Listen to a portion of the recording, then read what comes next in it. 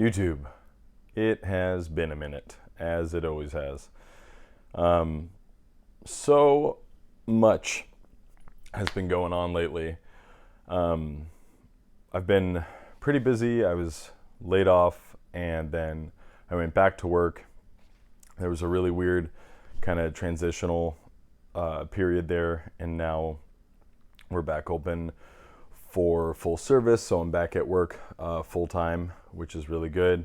But it's a very different world that we live in right now. A couple of the things I want to get you up to speed on. There was a documentary made about me, and it was by Truly. I'm not sure if you're familiar with them. They used to be Barcroft Studios, and now it's called Truly. And they reached out to me during the beginning of the shelter in place, I think shortly after, and they said that they wanted to do a documentary on me. And I even was like, is this real? I didn't even know if it was real or not, but that's why I have a tripod now and I have a microphone. So go figure. But so that came out and it was pretty powerful. I mean, they did a really good job at telling my story accurately, and I worked back and forth with the guy Robert, and he was just very true to my story, and I was really pleased with it. I have a lot more people that have reached out, and I answered personally at every single one, which is rather time consuming after a while, but I figure I kind of like owe it to people if they need help. And so if you haven't checked it out, if you want to watch it, it's over on the Truly channel, and it was really great. I was really happy that it happened, and I was very humbled and honored that anyone wanted to do that about me. And so kind of like leading into that, a lot of people that have hit me up have been asking how I stay sober in times like this, in crazy kind of like pandemic times, or when there's a lot of things going on in the world. And what I try to help reiterate to people is that no matter how crazy or bad your situation is personally or just globally or anything, that you adding alcohol to the situation is never going to improve the situation. It is only going to make your situation worse. And it is through learning and processing through these times is how you get stronger. And it's everything in life is a skill set. And practicing and dealing with raw emotions and being able to work through them, that's a skill set. And you're only going to get better at it the more you do it.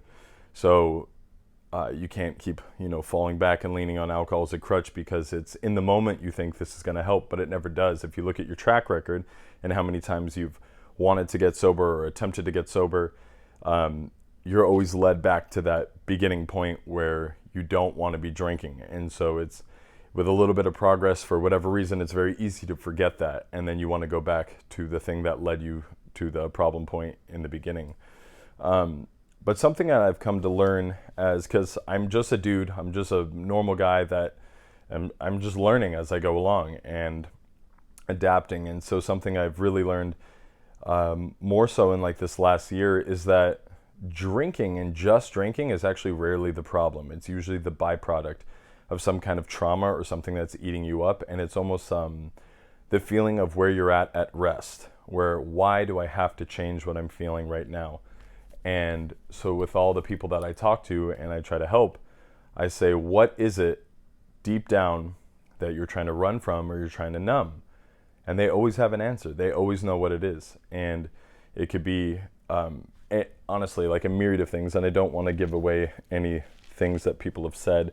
But, not being there for people when you felt like they needed them or needed you, or a trauma that has happened, whether it was like being molested or raped, watching somebody die, watching a family member die, like a lot of these different things that happen in our lives. And life is not easy. We're not given a playbook on how to deal with this. You're not given a playbook on how to watch your parents die. You're not given a playbook of how it feels to be diagnosed with cancer and then survive, and a friend of yours that was diagnosed dies instead. And so we carry a lot of this guilt, this burden with us. And I think rather than working through it a lot of the times, we'd rather avoid it. And what better way to avoid something than to numb and try to forget? The problem is that you'll never forget it. You're never going to forget it. And until you learn how to process it and have it be a part of your life, and most importantly, forgive yourself. That's usually the hardest part, is that people carry the guilt forever and they never forgive themselves. And this life, this human experience that we all share, well, this is the first time we're all doing it. You know, we don't have any practice at this. And so you need to have a lot of forgiveness for yourself, because if you can't forgive yourself, then you can't love yourself. And if you can't love yourself, how are you going to love other people? How are you going to help other people? You can't. And I would stress to people that find themselves kind of in that never-ending loop of trying to get sober and drinking and trying to get sober and drinking, stop and really assess what's going on, like deep within yourself. And you have to be brutally honest. I think this is where you lose a lot of people, is they're not comfortable admitting these things, even to themselves, let alone their closest confidants. And that is a necessary part of the transformation, is you have to be willing to be open and honest. You have to be willing to share your trauma. And I've said it before in other videos, but it's like we're all trying to keep this secret from one another, but it's the same secret. It's like if everyone knew roses were red, but nobody told anybody, you know, at the end of the day, everyone already knows, just no one's speaking about it. And for that reason, everyone feels alone with the same information. And what I'm trying to extrapolate from that is we all understand trauma. We all understand, maybe it's not the same thing that has happened to the other person, but someone else out there has experienced that. And someone else out there has forgiven themselves and vocalized it. And when you vocalize it and you put it out into the world, it takes the weight off your soul. And you, rather than you shouldering the burden yourself, you express it to other people, and then you realize you're not alone. You're not this, you know, independent, totally unique villain of the world that deserves to suffer for all of time. You need to learn how to truly forgive yourself and to understand that even really good people can do really bad things. And if you are able to acknowledge that and forgive yourself and move forward, that's when real healing can begin. And when you can start really healing things and start building a life that you want to have, you become fulfilled.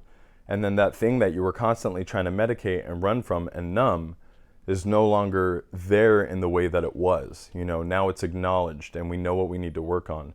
And slowly but surely your life becomes fulfilled, and you don't have this constant urge to try to like medicate this little dark secret that we have. I think holding on to these secrets is probably one of the worst things that we can do.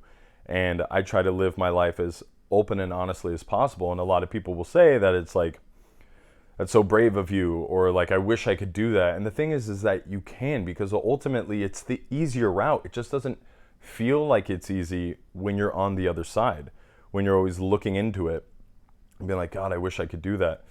But I do this because it's the easier path, you know? Like I've said it in other videos as well, that ultimately not drinking is the easy part. The drinking and the maintaining the lies and the different levels of deception, that's the difficult part. That's the part that is the daily struggle. And especially when you're trying to balance it to some normal level and drink around people to a normal level, and then you have a second life where you drink secretly alone and you're constantly balancing lies. I can't tell you how many times that someone would try to, back in my drinking days, they'd be like, Kyle, what was that story you were telling me?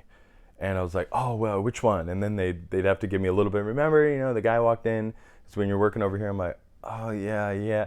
And I could never remember it until they almost told me the full story. And then it would kind of come back to me. And because it was a lie, it's because I made up a fucking story in the moment, because truth and lies were immaterial. They were interchangeable. I just did whatever the fuck I want. I said whatever the fuck I wanted. I didn't care about any consequences.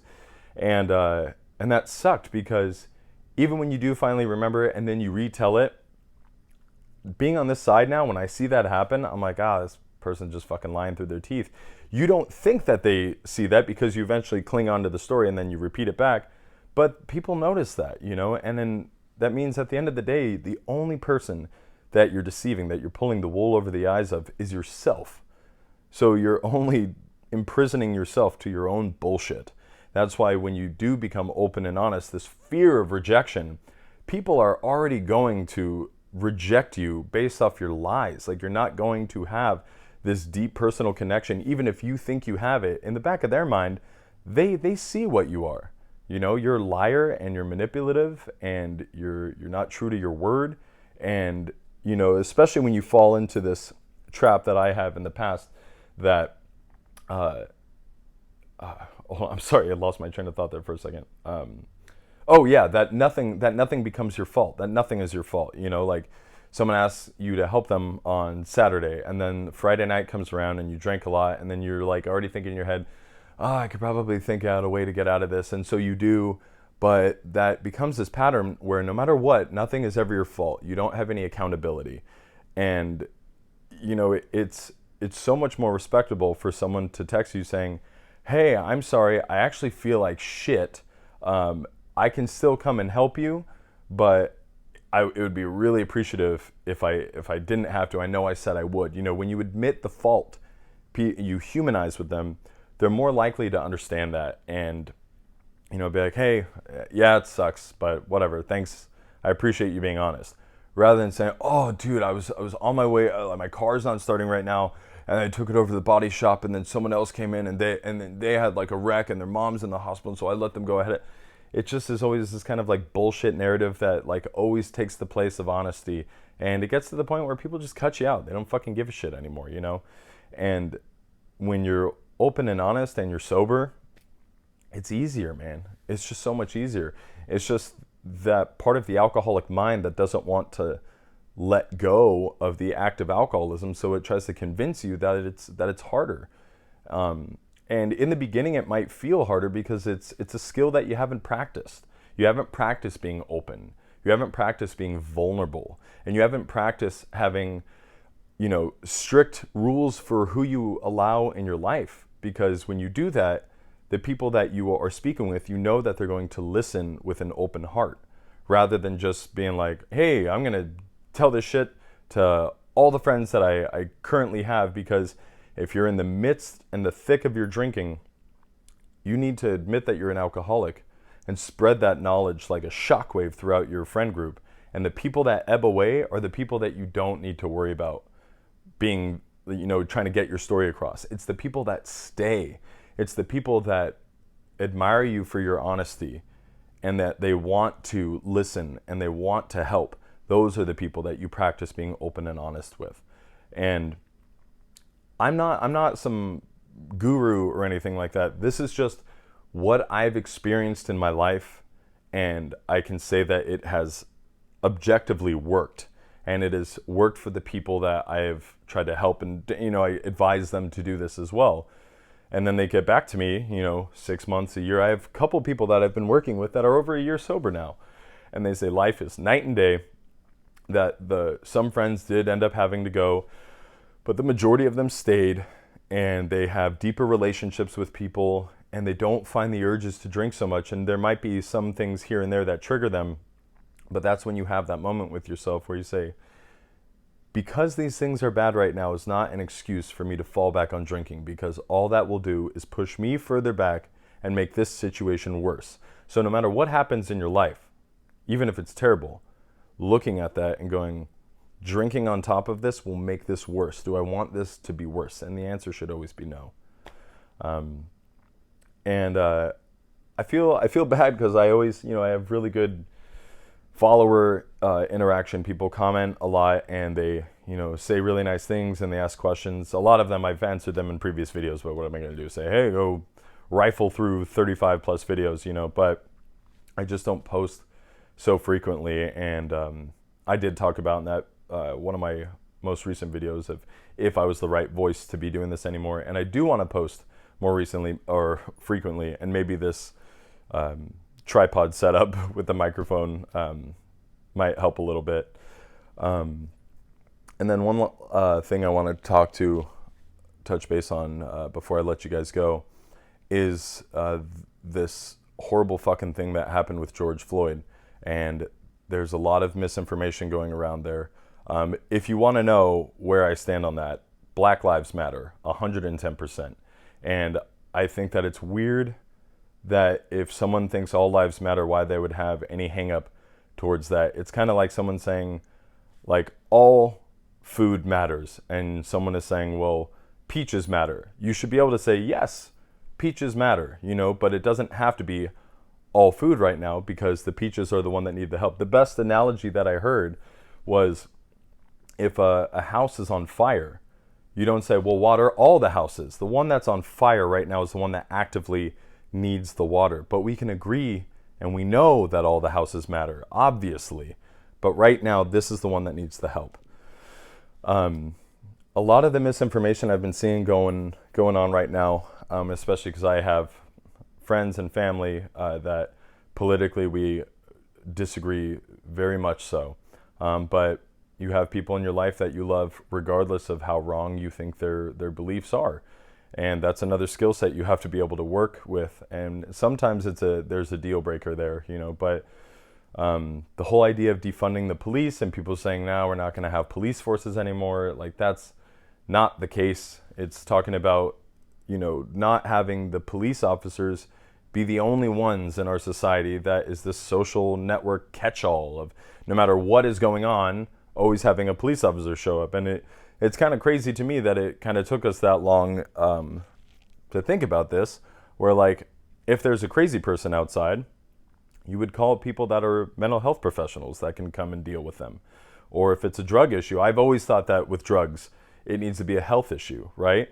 Even with alcoholism, you have people, like, alcohol kills so many more people than weed does, or than acid or mushrooms. Yet when someone's an alcoholic, we get them treatment, we get them help, and even though a lot of these other drugs, pumpkin, stop me shaking my table, all these other drugs are nowhere near the amount of, like, availability, pumpkin, stop it, availability and that alcohol is. And yet when people drink, they can become violent, they get in their car, they kill people, they kill themselves. But still, we look at that as something that needs to be healed and worked on. And I think that's accurate. But I think that should be the case with all drugs. And then you're not locking up as many people as well. And I'm not here to debate. I'm not a comment keyboard warrior. I don't care. Like, you can say what you want in the comments. This channel has always been about how I feel and what I've felt with in my life, my own personal experiences. And I'm not here to argue with people. And I think, honestly, that's one thing that really can get away from you quick, is arguing with people on the internet. I think the biggest change that you can do in your life is your interactions with people and how you act in your own life. Like, social media and the internet, I mean, that's only so far, it's only good to a certain extent. Past that, it's just this little rectangle that we all look in. Besides that, like, what are you doing in your actual life? That's what I care about. That's what I think, when you see acts of racism, that's when you stomp it out. That's when you do the uncomfortable thing and speak up. Because just like being open and honest with alcoholism, the more you do it, the better you practice that skill set, the easier it becomes, and the more toxic of an environment you make for people that are filled with fucking hate. So it's there's been protests all over, and it's been amazing, and it's been worldwide. I think it's pretty obvious no one wants to, have buildings broken in and burned down, and there's always going to be opportunists. And I think that's how you have a lot of people focusing just on that opportunistic aspect, or people that are writing. But the vast majority of people throughout the world are protesting, and it's pretty obvious what they're protesting for. And this is the only time in all of human history that everyone has protested to this extent. And changes do need to happen. And this year has been unbelievably transformative, and it's kind of crazy to live through, but drinking is not going to make it any better, so the only thing you can do is try to grow as an individual and stay sober and work on how you interact with your fellow human beings, because at the end of the day, we're just all human beings. We're just these little meatballs floating in a rock in space for like 5 minutes. So just try to be kind and love one another. Anyway, before my cat tries to ruin this video, I'm going to let you guys go. I know this is like a 20-minute rant. I didn't even really fully go into how much I feel about certain things, because this isn't a political issue. This is a human rights issue. But there are people out there that I feel like have a stronger voice and have a more appropriate voice for this time, but they have my full support. Anyway, I love you guys. You can always ask me questions in the comments, and I hope you guys check out the documentary. I hope you like it. I thought it was really good, and I think they did. I think they did a lot of justice to my story, and I really appreciate it. So, thanks for always bearing with me when I post one video every 3 months. I know I suck at this. Anyway, love you guys. Stay sober, and I'll catch you next time.